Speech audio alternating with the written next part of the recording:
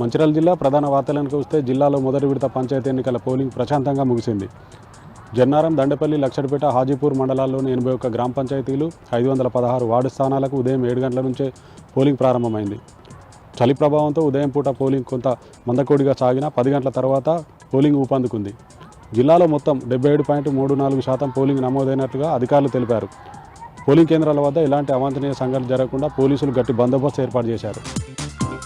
మంచిర్యాల జిల్లా కేంద్రంలోని గౌతమ్ నగర్లోని ఓ ఇంటి పెంట్ హౌస్లో విద్యుత్ షార్ట్ సర్క్యూట్తో అగ్ని ప్రమాదం చోటు చేసుకుంది. స్థానికులు ఇచ్చిన సమాచారంతో అగ్నిమాపక సిబ్బంది మంటలు నార్పారు.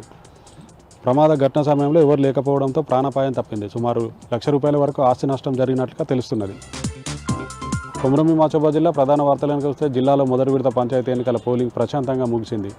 లింగాపూర్, జైనూర్, సిర్పూర్యు, కెరామెరి, వాంకిడి మండలాల్లోని 106 సర్పంచ్ స్థానాలకు, 327 వార్డు స్థానాలకు పోలింగ్ జరిగింది.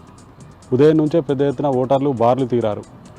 పోలింగ్ విధుల్లో దాదాపు 2,300 మంది పైగా అధికారులు, సిబ్బంది పాల్గొన్నారు. పోలింగ్ కేంద్రాల వద్ద ఎలాంటి అవాంఛనీయ సంఘటనలు జరగకుండా పోలీసులు గట్టి బందోబస్తు ఏర్పాటు చేశారు.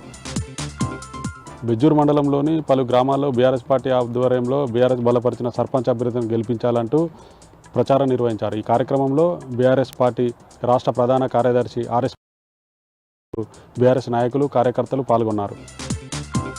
కొమరంభీం మాచోబాద్ జిల్లా కౌటాల మండలంలోని పలు గ్రామాల్లో బీఆర్ఎస్ బలపరిచిన అభ్యర్థుల సభకు ప్రచారం నిర్వహించారు. ఈ కార్యక్రమంలో మాజీ ఎమ్మెల్యే కోనేరు కోనప్ప సతీమణి రామాదేవితో పాటు పలువురు బీఆర్ఎస్ నాయకులు, కార్యకర్తలు పాల్గొన్నారు.